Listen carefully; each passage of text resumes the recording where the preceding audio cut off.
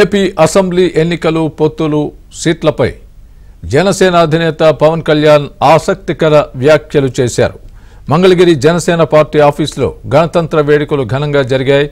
జాతీయ జెండాను ఆవిష్కరించిన పవన్ కీలక కామెంట్స్ చేశారు. ఎన్నికల్లో పోటీ చేసేందుకు ఎన్ని స్థానాలు తీసుకోవాలో తనకు తెలుసన్నారు. పొత్తును ఇబ్బందులకు గురి చేసేలా కొందరు మాట్లాడుతున్నారని, ఇది మంచిది కాదని హితవు పలికారు. సీఎం పదవి టికెట్ల విషయాలపై ఎవరూ ఆందోళన పడవద్దని అన్నారు. అనుకోకుండా కొన్ని జరుగుతాయి, వాటిని సీరియస్గా తీసుకోవాల్సిన అవసరం లేదని అన్నారు పవన్ కళ్యాణ్. సీట్ల కేటాయింపు విషయంలో చంద్రబాబుతో పాటు తనకు ఒత్తిడి ఉంటుందని అన్నారు. రాజోలు రాజానగరంలో జనసేన పోటీ చేస్తుందని పవన్ కళ్యాణ్ ప్రకటించారు. భవిష్యత్తులో కూడా టీడీపీ జనసేన పొత్తు కొనసాగుతుందని స్పష్టం చేశారు. పొత్తు ధర్మం ప్రకారం అలా అనౌన్స్ చేయకుండా ఉండాల్సింది. నేను దానికి క్షమాపణలు చెప్తున్నాను. ఖచ్చితంగా నెక్స్ట్ మీటింగ్లో దాని మీద వివరణ ఇచ్చి దాన్ని ఎలా సరిదిద్దాలో సరిదిద్దుతాం అని ఒక మాట ఇచ్చి పంపించాం.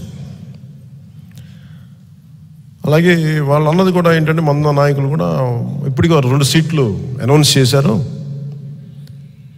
మరి ఇది పొత్తు ధర్మమేనా నన్ను అడిగితే అట్లా కొన్ని ప్రత్యేక పరిస్థితులు ఉంటాయి, వాళ్ళు కూడా మనం అర్థం చేసుకోవాలి కదా.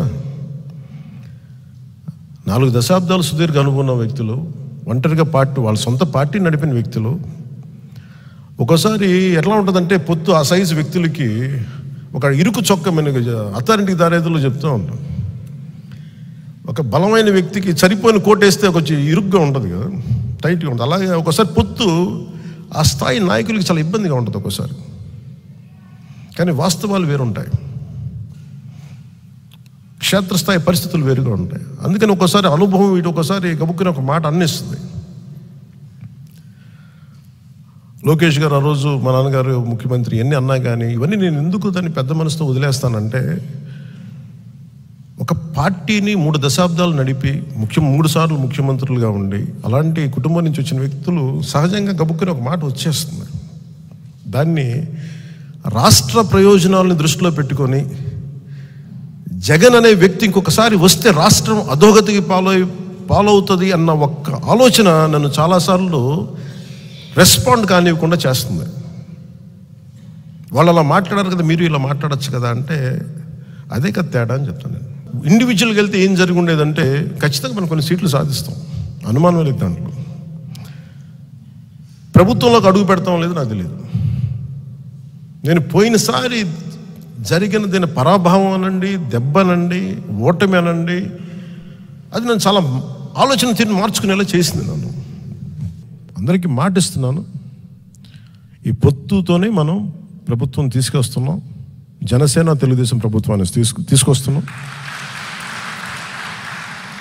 దీంట్లో కొన్ని ఆటుపోట్లు తప్పవు, భరించాలి. ఒక మాట ఎక్కువ ఉంటుంది, ఒక మాట తక్కువ ఉంటుంది. లోకల్ బాడీస్ దగ్గర నుంచి, పరిషత్తుల దగ్గర నుంచి, మొత్తం అన్ని విభాగాలు, స్థానిక అన్ని పంచాయతీల దగ్గర నుంచి మొదలుకొని కార్పొరేషన్ వరకు జనసేన ఖచ్చితంగా 3వ వంతు సీట్లు మనం తీసుకుంటాం. దాంట్లో నేను కూడా ప్రత్యేక పరిస్థితుల్లో వాళ్ళు 2 సీట్లు అనౌన్స్ చేశారు కాబట్టి నేను కూడా 2 సీట్లు అనౌన్స్ చేస్తున్నాను ఈ రోజున.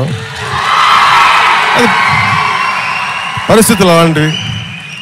సో నాకు కూడా ఒత్తిడి ఉంటుంది, అప్పుడు చంద్రబాబు గారికి కూడా ఒత్తిడి ఉంటుంది, నాకు కూడా ఒత్తిడి ఉంటుంది. కాబట్టి ఆ ఒత్తిడిని నేను కూడా తట్టుకోవడానికి రిపబ్లిక్ డే రోజున నాకు R అక్షరం బాగుందనిపించింది. రిపబ్లిక్ డే RRR లాగా రిపబ్లిక్ డే రోజున రాజోలు రాజానగరం సీట్లు నేను అనౌన్స్ చేస్తాను.